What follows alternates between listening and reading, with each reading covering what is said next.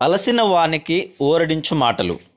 సహోదరుడు భక్తసింగ్ గారి పరిచర్య నుండి సేకరించిన అనుదిన ధ్యానములు.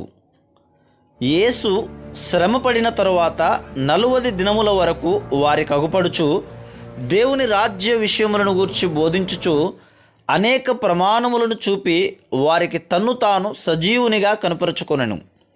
అపోస్తలుల కార్యములు 1వ అధ్యాయము 3 వచనములు. ప్రభువైన యేసుక్రీస్తు పునరుద్ధానుడైన తరువాత 40 దినములలో 10 సార్లు తన శిష్యులకు కనపరుచుకొనెను. 5 సార్లు పునరుద్ధానుడైన దినమున ఈస్టర్ దినమును, మరొక 5 సార్లు పునరుద్ధానుడైన మరుసటి దినము నుండి 40వ దినం వరకు, అనగా ఆయన పరలోకమునకు కొనిపోబడిన దినము వరకు కనపరుచుకొనెను. ఎవరైతే ఆయన యందు నమ్మిక ఉంచలేదో వారికి ఒక్కసారి కూడా కనపరుచుకొనలేదు. ప్రతిసారి తన శిష్యులకు మాత్రమే కనపరుచుకొనెను.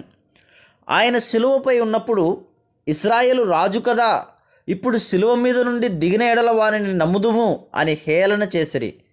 మత్తయి సువార్త 27వ అధ్యాయము 42వ వచనం. కావున పునరుద్ధానుడైన తర్వాత వారిలో ఎవరికిని ఆయన కనపరుచుకొనలేదు.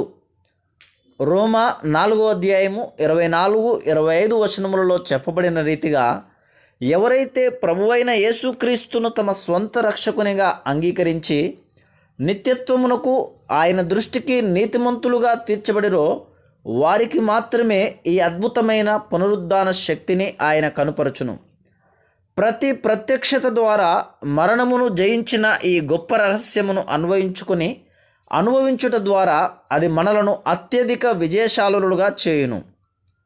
దేవుడు 40 సంవత్సరములలో అబ్రహామునకు దైవిక స్నేహమును గూర్చిన రహస్యమును బయలుపరచుట కొరకు 10 మార్లు అతనికి ప్రత్యక్షమాయెను.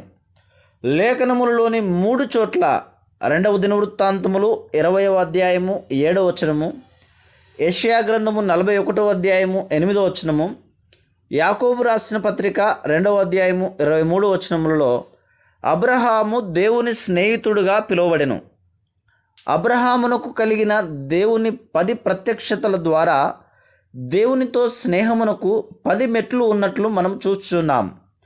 అదే విధానములో పునరుద్ధానము తరువాత ప్రభువైన యేసుక్రీస్తు తన శిష్యులకు ఇచ్చిన 10 ప్రత్యక్షతల ద్వారా మన అవసరములన్నిటి కొరకు ఆయన గొప్ప పునరుద్ధాన శక్తిని అనుభవించు 10 రహస్యము గలదు.